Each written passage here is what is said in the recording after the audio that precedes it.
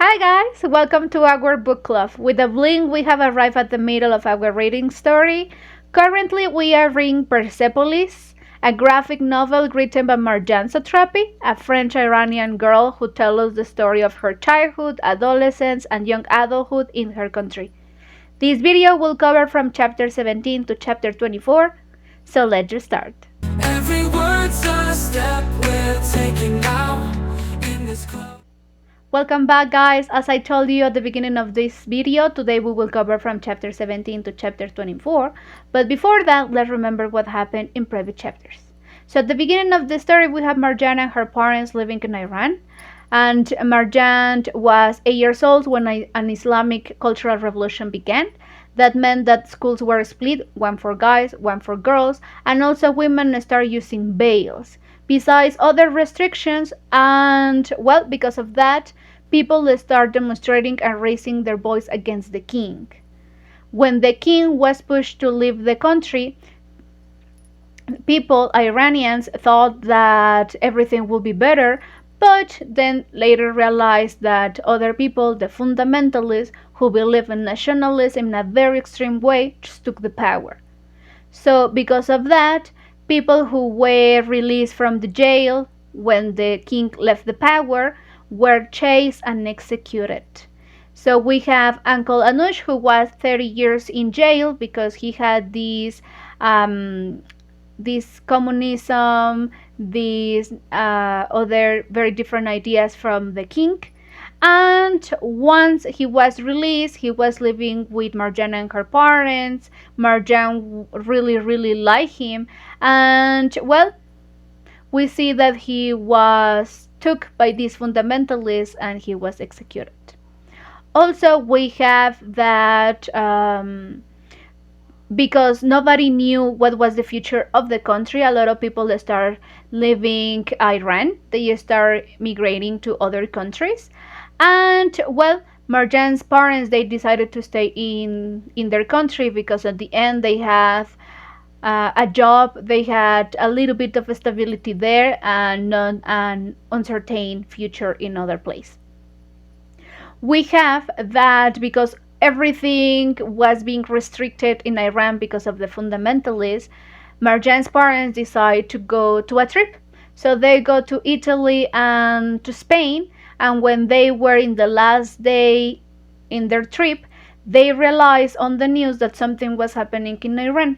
They didn't understand Spanish, so they didn't know what happened, but once they arrived to their country, Marjane's grandmother told them that they were in war.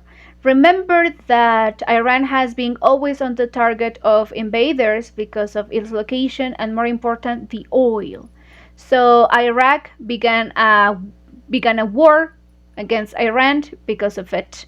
So not just they were in war with Iraq, but also remember that there is a war within the country because of the fundamentalists and the regime and all these people being chased and more. And in the outside, against Iraq.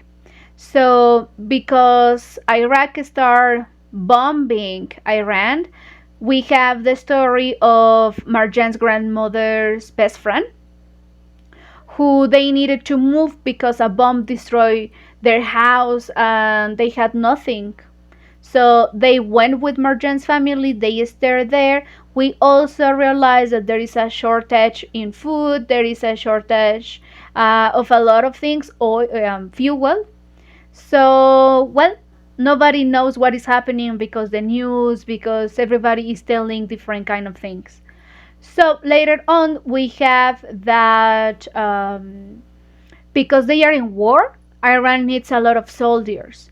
So a way of acquiring some soldiers, it was to lie to young people. They lie by giving them a key, a plastic key, and they told them that with that key they could enter to paradise. They will have a lot of women, they will have a lot of food, but it was everything a lie because at the end, since they were very young and they didn't know anything about war, it was just carnage. And at the same time, we have that Marjane goes for the very first time in her life to a party. She really enjoyed it, but also like she's growing, and even though she wants to be free, she cannot be free, not just in her country but also in her family, because her mother is not very strict, she's very permissive. But at the end, remember that they are in war, so they have some rules, and Marjan says like, I want to be rebel, I want to be a rebel. I don't want to follow all my mother's rule. So because of that, she starts smoking a cigarette. And well, that is so far what happened in previous chapters. And well, as you may see, I am already sharing my screen. It seems that last time I spoiled you a little bit with chapter number 17, so that's why I have this time the index on the left part of the screen. And well, let's just begin. So chapter 17 is the passport. As I commented to you, I told you already what is this about, but let's just repeat it. So in this chapter we have Marjan's uncle, that it will be the brother of her father, who had already suffered from 2 heart attacks. So they said like, hey, you shouldn't smoke, you should, like take care of your health. But at the end, her uncle is sad because he misses his son. He sent his son to another country, I think it is Austria, because of the war, and he wanted to be with him, but her wife says like, oh, but we cannot go, what about our family, what about my parents, what about this, what about that? So at the end they lost the chance, because remember that since they are in war, borders are closed. So also the Marjan's uncle is sad because all the things that are happening across the war, like a lot of people dying, in which ways, and most of the times is young people. So he is concerned about it. He's sad because of that.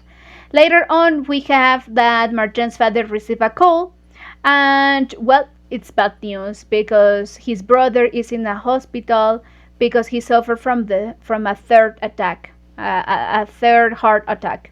So once they arrive to the hospital, Marjane described that it's a very sad scene, but at the same time she is quite upset. We have here the crescent, the red crescent, that it would be the equivalent of the Cruz Roja.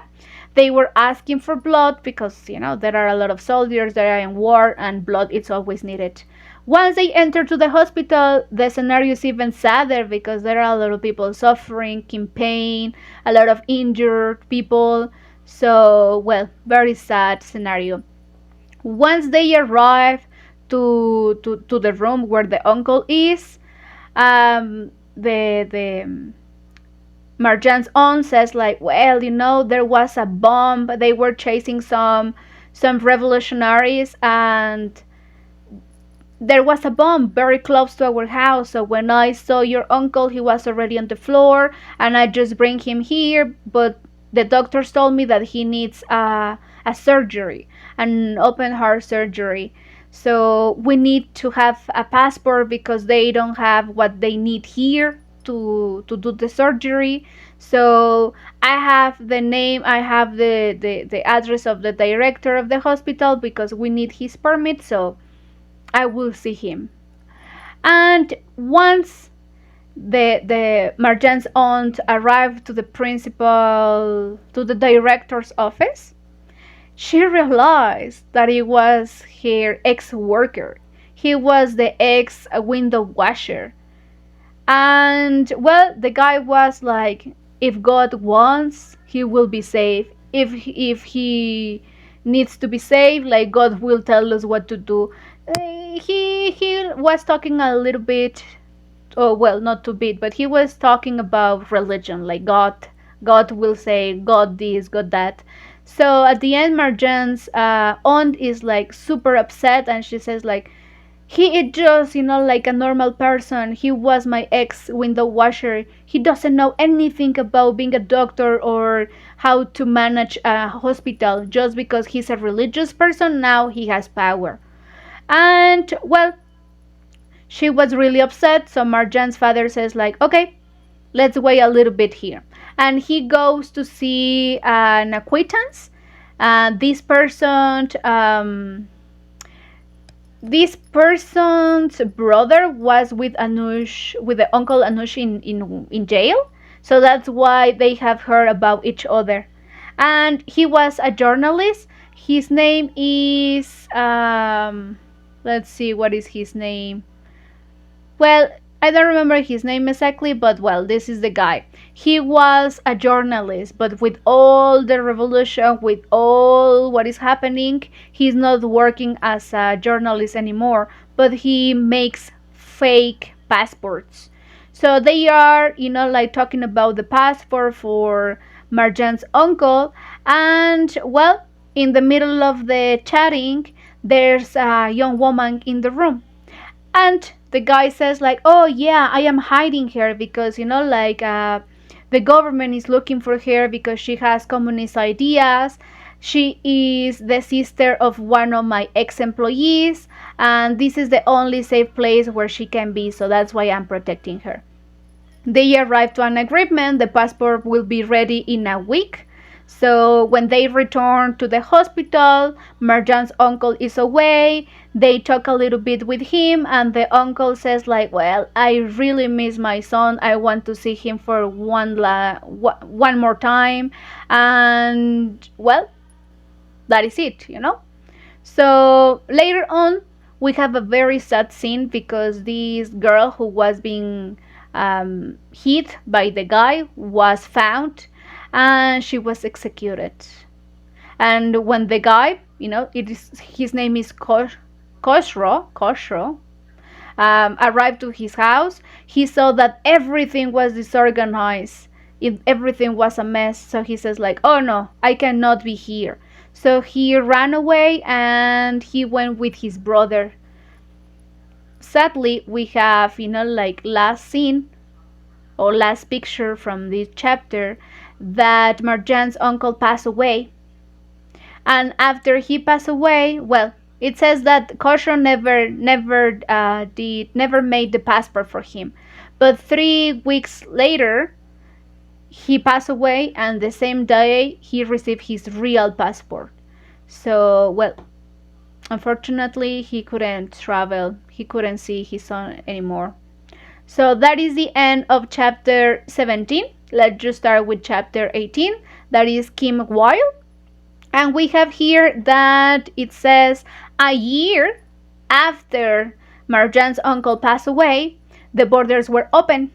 So her parents said like, okay, we need to get our passports. They are complaining a little bit, especially the mom. They are complaining about the passports because really they look very different. We have here the Marjan's mother's passport, and she doesn't look like her because she has the veil. So here her parents are explaining Marjan that they want to go to a trip, but just the two of them. They want some time alone. So Marjane is like, well, yeah, okay, and where are you going? And her parents told her that they are going to Turkey. Marjane is like, there's nothing good in Turkey, like, why for? But at the end, her parents explain her that since all the borders were closed, whatever she wants, it was from Turkey. So her parents told her, like, if you want a poster, if you want some music, like, let us know, we can buy it there. So Marjane is excited. She asked for some posters, and one of them is from this girl, the one we have at Kim Wilde. And she also asked from some music from Iron Maiden. So we have here that a very fun scene in Turkey because her parents, like they got to buy what Marjane wanted, but at the end they don't know how they will just like enter the merchandise to their country because everything is prohibited. So Marjane's mother has an idea and she says like, okay, give me your coat. Marjane's father coat. So she like opened the back side of the coat and she put the posters inside. So at the end, Marjane's father looked like very square, but her mother's is like, oh, it's like if you were using your shoulder pads, like don't worry. When they are in the airport, the police are checking all their stuff and everything.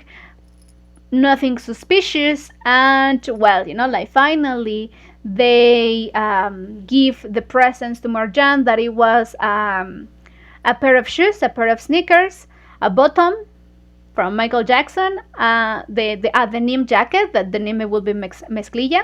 And finally we have the posters that Marjane says like, oh, this is a very ingenious way, this is like awesome, so thank you so much. And later on we have a scene where Marjane is using her pin, her jacket, and she goes to street because she says that since everything is prohibited, the black market began. So we have a scene here with in the black market with all the sellers, and they are selling music from different genres. At the end she found the genre she wanted, and on her way back there were some ladies that it's Marjane explained us that they are the guardians of the revolution. They are women because they are checking women. So if remember that in previous chapters also Marjane told us that we can make some difference between the fundamentalists and modern people, because fundamentalists, they had the veil and no hair, and the modern people, they have the veil but you could see a little bit of hair. So Marjane is a modern, and these girls, they arrive and they are like, oh, those shoes, oh, that pin, oh, your hair. So like, let's go, we need to take you to the police station. Well, it's not the police station, it says the headquarters. But at the end Marjane's just got out of problems because she started to cry. So she cried so much, she lied a little bit by saying that she was an orphan and she has a stepmother, etc., etc. So at the end, like the women just let her go. And well, we have that is the ending of chapter 17. So 18. So let's start with 19, that is called the Shabbat. And well, the Shabbat, it is a Jewish tradition. If I am not mistaken, it's just like Saturdays that they need to be at home. Probably they need to do some stuff, but they are talking about this. So we have here that nobody has the right information about the war. So everybody is telling what they hear on the news, on the radio, etc., etc. And we have here a conversation where they are talking about like, oh yeah, the jets, oh yeah, soldiers, oh yeah, this amount of people, oh yeah, this. And even Marjane says that Iranian people like gossiping a lot. Also, we have here that the mother, Marjane's mother, is like a little bit pessimist, and Marjane's father is very optimist. So we have here later on that they are bombing Tehran, that is where they live. They live in the capital of Iran. And well, it was the moment where Marjane realized how dangerous it was to live in war. So here she's explaining that all streets were empty and everything because they were in war, that most people were like in these luxury hotels, because they said that since it was a luxury hotel, like the structure was very resistant, so no problem with the bombs.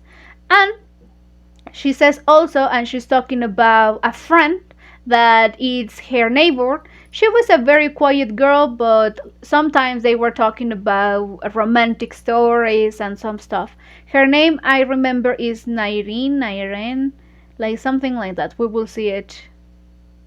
Let's see. Yeah, we will have her name, in a moment. So one day, also they mention it's because the war, like right now, the Ottomans, that is the currency they have, is not really strong. So everything had changed, the prices had changed. We have the equivalence when the Shah was king, that it was 7 Ottomans per dollar. Now is 100. Let's just read here. It says 4 years later, oh yeah, our currency had lost all its value. It was 7 tumans to the dollar when the Shah was still around. 4 years later, it was 110 tumans to the dollar. So just imagine, it was, like super high. So Marjane is explaining that her mother is not very used to it. So she says like, oh, so much, it is too much money, because Marjan asked her for money to buy some jeans. So once they are buying the jeans and everything, they listen on the news that there was a bomb.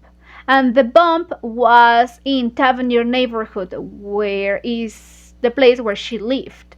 So she ran, she ran faster than ever.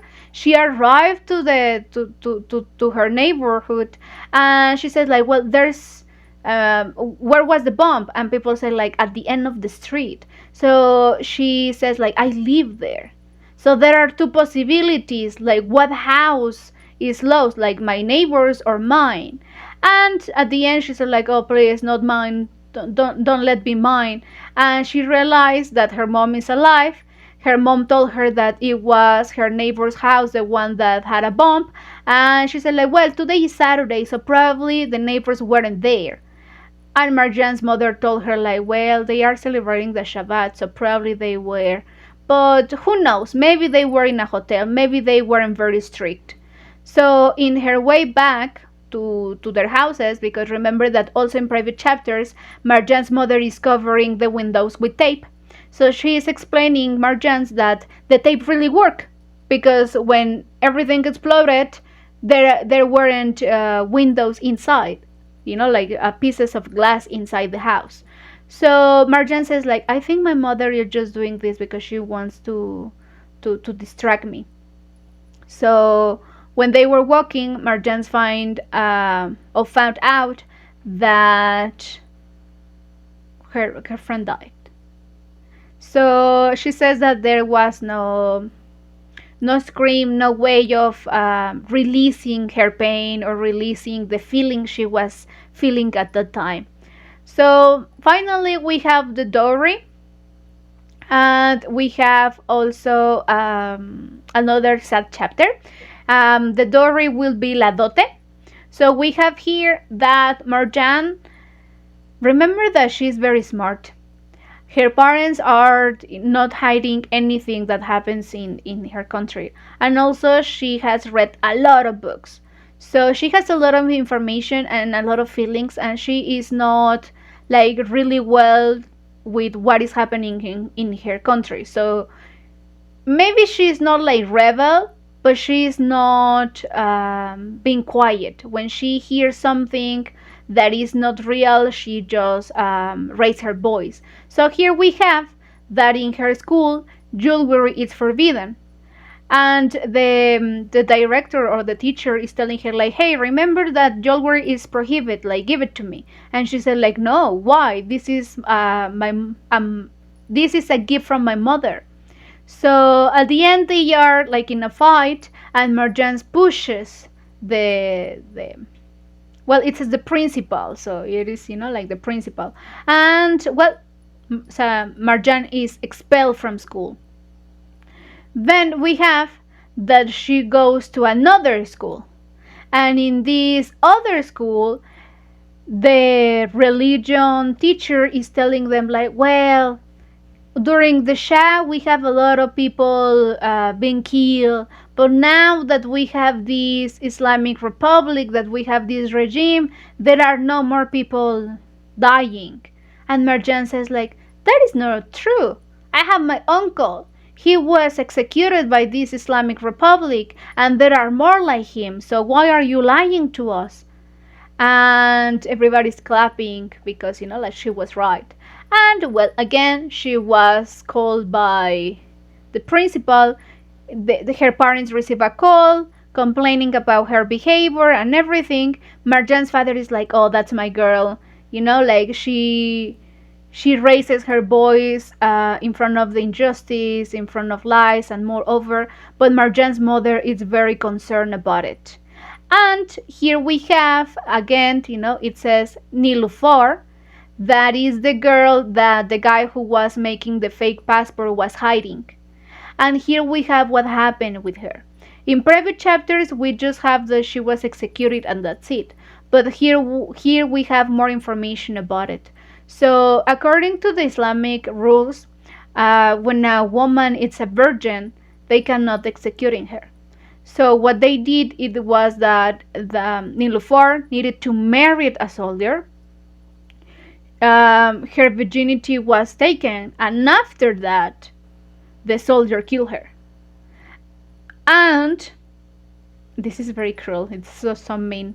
But as a way of her family to understand what happened with her, the dowry was, given to her family. And here they are explaining that her family received the equivalent to $5. So Marjane is like very shocked because she says like $5. Like she was a girl, she was executed, her virginity was taken, and well, she says that that night she was remembering a slogan that she saw when the revolution, well, not the revolution, when the Shah left the power. All these nationalists, all these fundamentalists start, putting some slogans, and one of them it was like, to die a martyr is to inject blood into the veins of society. And Marjan is thinking that this girl was really a martyr, but her blood wasn't injected to society because society was even worse. So she's a little bit sad of it, and because of that, her parents decide that it's time for her to go to another country, to continue her education in another country. And they chose Austria because in there's a friend of Marjan's mother, and well, it's also easier to get a visa to go there than to other countries. And Marjan said like, but I don't know German, like what happened? And says like, well, no, but my friend speaks French and we found you a school where the education is in French, so you can continue your studies. And well, you will go alone, but later on we will go with you. And Marjan said like, that sounds like a lie. Maybe they are not going with me. And she started being scared of it. She is 14, so she's very young. And well, we have here that it seems that when she was probably like 7, or maybe I don't know how old exactly, but before all this war, before everything was prohibited, she went to a camp to France, so she knows how to speak French. And well, like we have that she is saying goodbye to her friends. She's a little bit sad because she understands that probably she won't be with her family again. Maybe like they go to visit her, but they are not living again together anymore. So she's sad about it. And we have a scene with her grandmother that is very heart touching because Marjane is explaining the smell of her grandmother. Her grandmother used to put some flowers inside her bra in order to her to smell good during the day. So when she undresses at night, she could see how the flowers are just falling down. And also she is describing that she will never forget the smell of her grandmother. Next day, it's the day she needs to leave the country, so she's saying goodbye. She's not the only one. It seems that everybody is, like taking their kids to the airport, or, like they are leaving the country because of the war. And she says like it was very sad to say goodbye to their parents, and also that, well, she couldn't do anything. So almost at the end, she said like she turned her head back, and she saw her parents, like in this way. So probably it would have been better not to do it. That is the ending of chapter number 20, so we start with chapter 21. Here it is called the soup, and it's so funny. But well, we have Marjane suddenly let's see what is the name of this, where it's not like a shelter, but it's a house where a lot of people stay, but it's run by nuns. And she said like, I'm here. And well, later on we have more explanation. So here is immediately when she arrives to Austria. Remember that this lady is Marjane's mother friend, and she knew each other. She said like, oh well, her daughter is the same, but like her mother gave me a look, a very suspicious, like something was happening, but she doesn't know what. So here we have that, like she finally is outside the country, she feels a little bit better, but then suddenly she realized that the girl, the girl, the one that it's like her age, she is very materialistic. She is just talking about trivial things. She is not like very conscious about what happened or what is happening in Iran. So she's a little bit upset. And then we have a scene that they were living in Iran. So when they were in Iran, the guy, the father of this girl, the husband of the lady of Marjane's mother friend, he was a CEO, and he had money, and he was somebody. And now that they are in Austria, he has no money, he has no job, and the lady needs to work. She's a hairdresser. So they are always having, like some fights, some discussions because of the lack of money, because the guy is not working and the lady is working all the time. And Marjane is asking herself, like, why they are fighting? Like, she has never heard her parents fighting because of money. So, well, because of that, the lady that is called, I don't remember what is her name, to be honest. But Marjane's mother friend is like, okay, I called with your parents and I told them that my apartment is very small, so I will send you to a boarding house that is run by nuns. So you will be there. They speak French, so you won't have problems. And you need to go now. So go and pack your stuff. So Marjane goes to her room. She's packing all the stuff, and when she's saying goodbye, she mentioned that the only person that she will miss is the husband, is Uncle Hushank, because like probably he's seeing in her like an ally. So well, she left. When she arrived with the nuns, they are explaining how the boarding school works, and they told Marjane that she will be sharing the room with a lady, with another girl, and her name is Lucia, that we have here at the beginning of the chapter, that she doesn't know her and she is imagining how she looked like. She said like, oh, maybe it's like Heidi, because we are, like in the Alps, Europe, Switzerland, Austria, so probably she will be like Heidi, and I like Heidi, so I will be okay. So we have that, and then she said like, well, I need to start living by myself. I need to be a grown lady.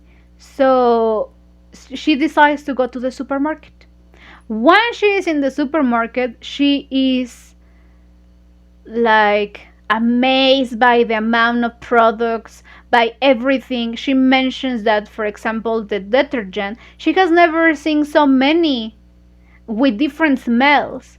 And since then, for the rest of her life, she always have different kind of detergents, because like the experience she live. She says also that for the next 4 years she will just eat pasta, and that at the time she had enough money, so she wasn't ashamed of paying. So once she arrived to her room, we have that finally this lady arrived. It's quite probably the same age. She arrives and she speaks German. She doesn't understand French. And Marjane doesn't understand German. She doesn't understand German. She only speaks French. So at the end, they cannot communicate. But it's not the only way with words. So Marjane starts sharing, like some pistachios from Iran, and the girl in return, she prepares a Nor soup. Nor is just, like this brand. And Marjane says, like, I didn't like it. But well, okay. So at the end, with signs and drawings and a little bit of, words that they sound similar in German and French, they can communicate, and they are going to see the TV, to watch the TV. So once they arrive to the room, everybody's laughing, everybody is spending a nice time, but Marjane says, like, I just listened, I just hear the mitch, the ox, the itch, but I don't understand anything, so she decides to go outside. Once she's outside, the chapter ends. So we have here that since they are living together and probably they are quite the same age, they go to the same school.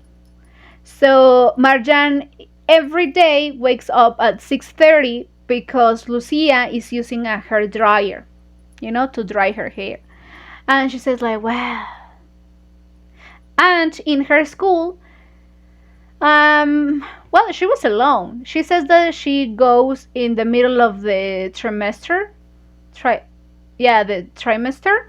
So everybody has their own groups, friends, and she's alone.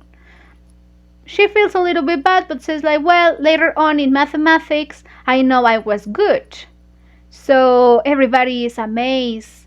And then because I used to draw some caricatures, like I was also recognized in my school. And then she mentioned that also, remember that it is a French school. They speak French. But her French is not really good because probably the last time she practiced it was when she was around 8. Remember that before the Islamic Revolution, she was in a school where they had French education. So right now her French is not so good, and some people are making fun of her. So we have here an example, and well, she says, like, well, at least they knew I was here. I existed. Later on, we have that during a class.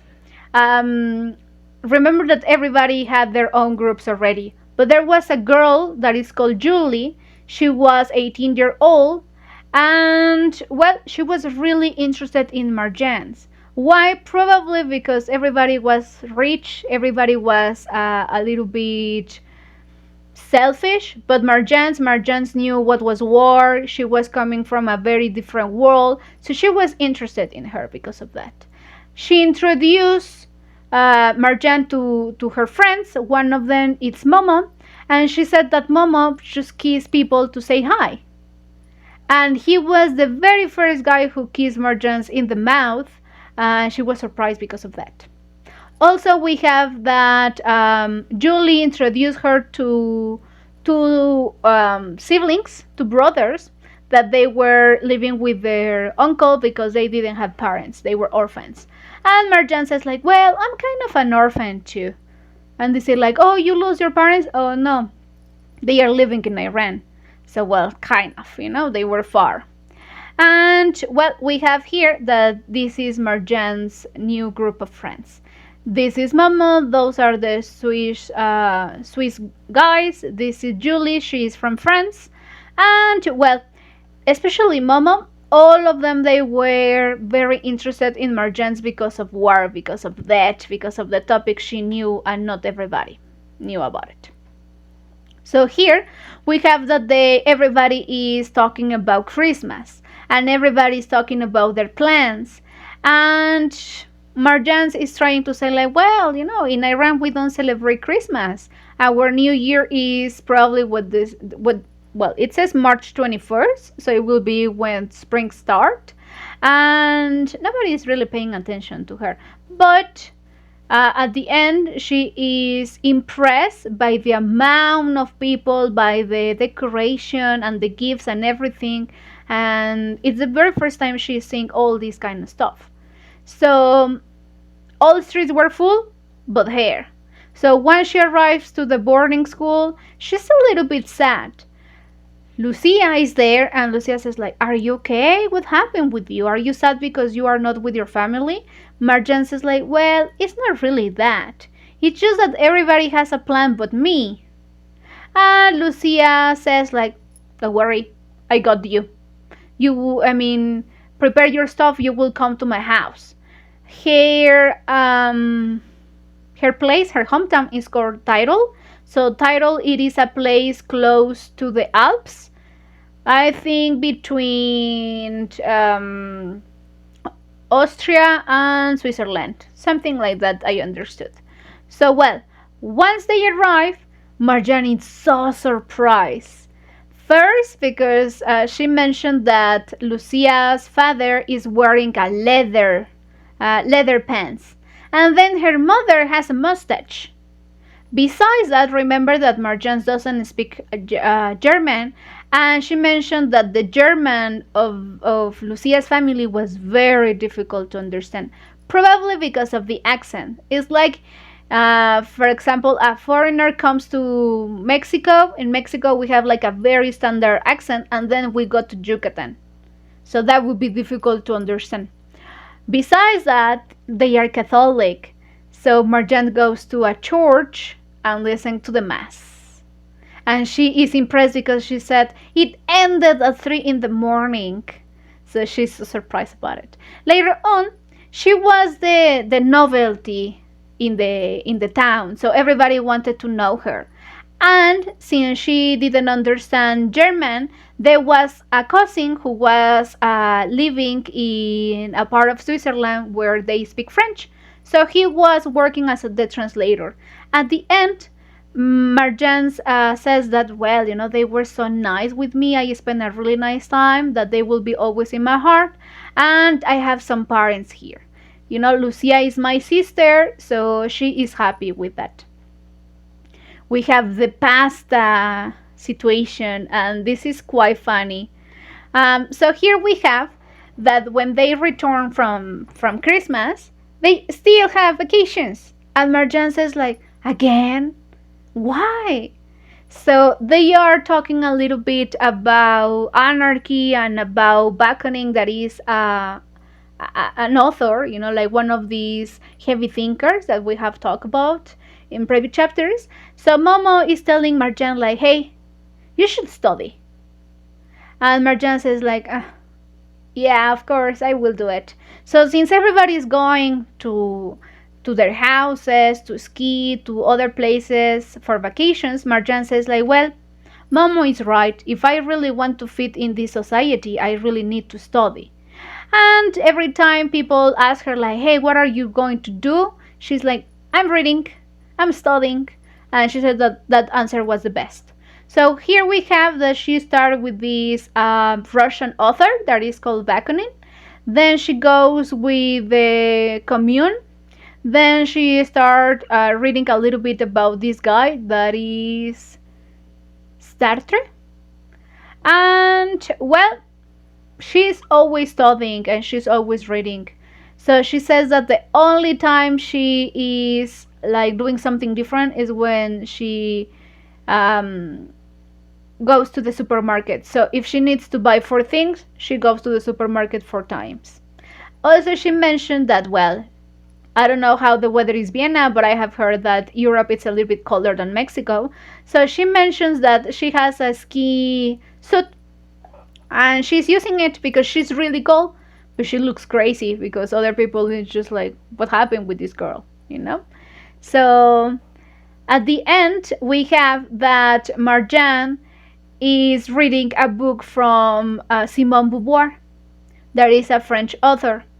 And she mentioned it because she said that her mother loved that author. So when she started reading, she reads an extract where the author, Simone Beauvoir, said that when women start being standing, something happened inside of them. They empower. So Marjane tried to do it, and she said like, "Oh, this was disgusting. So I prefer just to do it seated." And well, later on, remember that she is reading and studying all day long. One day she's really hungry. So she said like, "I am really hungry that one dish won't be enough." And she wants to eat watching TV. So for her it was easier to take the pot and to take it to the room where the TV is. She said that that was a little bit different in her house because, first of all, the program that she is watching was not allowed in her house. And secondly, well, she's having an excellent time, but one of the nuns, I think is the principal again, she's like, Mademoiselle Satrapi, like, what happened here? Like, you should have more models. Like, why didn't you grab a dish, a plate? And Marjane says, like, but I'm really hungry. And the nun says, like, oh, so, like, Iranians have the reputation to be not educated people. And Marjane answers her by saying that the nuns were in the past prostitutes. So, well, Marjane is in troubles. So remember that, she speaks, she raises her voice, she speaks up when something is not fair, but sometimes she's in troubles. So because she said that, the nuns don't want her in school anymore, but she pay until the end of the month. So the nun says like, okay, you can stay, but after the month finish, you have to get out of here. We don't want you here. So, well, Marjane didn't wait until the end of the month. She called her friend Julie. Remember that Julie is the one that introduced her to Momo and the Swiss siblings. They are friends at school. So they receive her. Julie's mom is very happy, but the nun, in order to wash their hands, they send a letter to Marjane's father and mother, by explaining that Marjane decided to just leave the boarding house because she is so ashamed that she stole some fruit yogurt. And her parents are like, fruit yogurt? But she's allergic to that. She doesn't like that. So at the end, well, they wanted just an excuse. And finally, we have the last chapter. I have it here, 24. The peel. So here, Marjane started living with Julie. Remember that Julie is 4 years older than Marjane. So she is talking a little bit about guys, and she is like being a little bit rebel with her mother, being a little bit rude. So Marjane says like, well, in Iran this is forbidden, like you have to respect your parents. So she's trying to be respectful with Julie's mother, and that's why she spent time listening to her.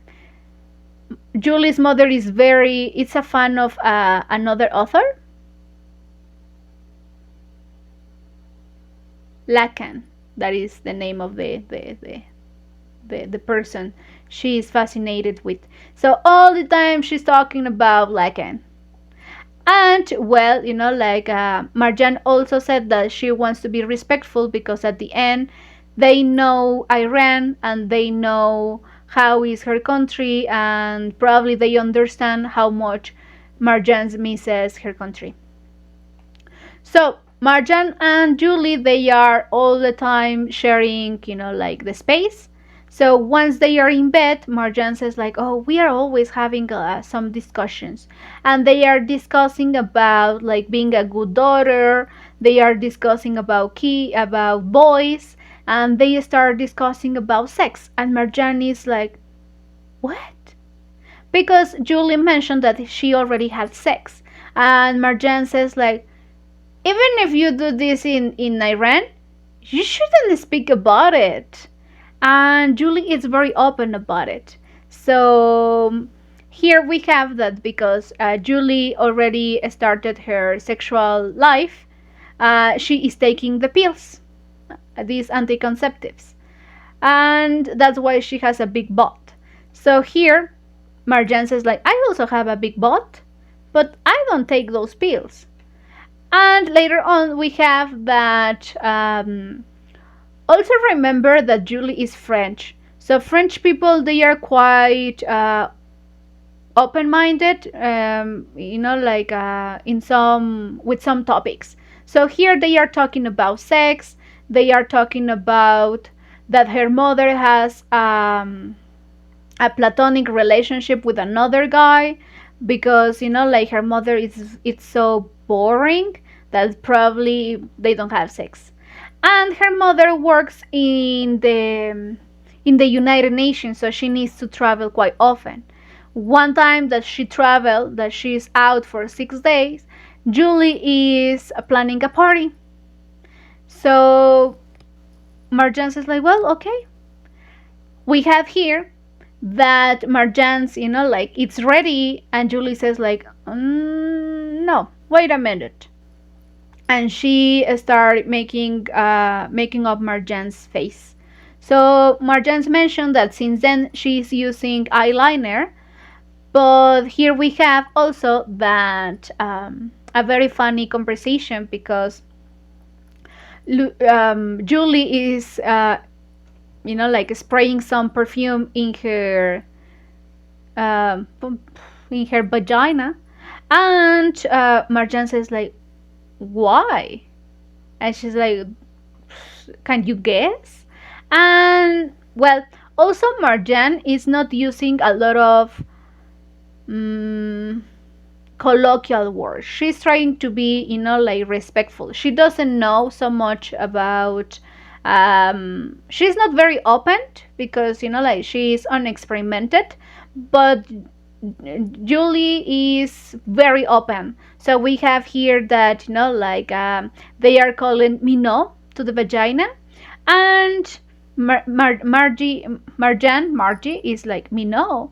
That's my aunt's name, and it means paradise in Persian. So they are laughing, and also we have here that in the party everybody is making out, everybody is smoking, and probably not cigarettes. So she's a little bit like in shock and bored at the same time. Then she mentioned that the party finished like at 4 a.m. in the morning. She was super tired. She wanted to sleep, but she needed to remove the makeup from her face. So since she couldn't do it with water, she needs some makeup remover. She arrives to Julie's room and she listened to her having sex, and she is panicking. She says like, oh, even if I want to distract myself, I couldn't. I was just thinking about it. And then she saw that the guy and Julie are half naked and they are just, like next to them. So she remembers a situation, like a day when Marjane is asking her father like, where are balls? And her father is explaining, because remember that Marjane's fathers are very open with her, like, okay, so balls, it is like a colloquial way to call the testicles. And she's like, okay, so my boobs are also balls. And her father is like, no, no, no, remember, you have to do this, and the testicles, they have, like the size of a ping pong ball. So she starts laughing because she remembered that.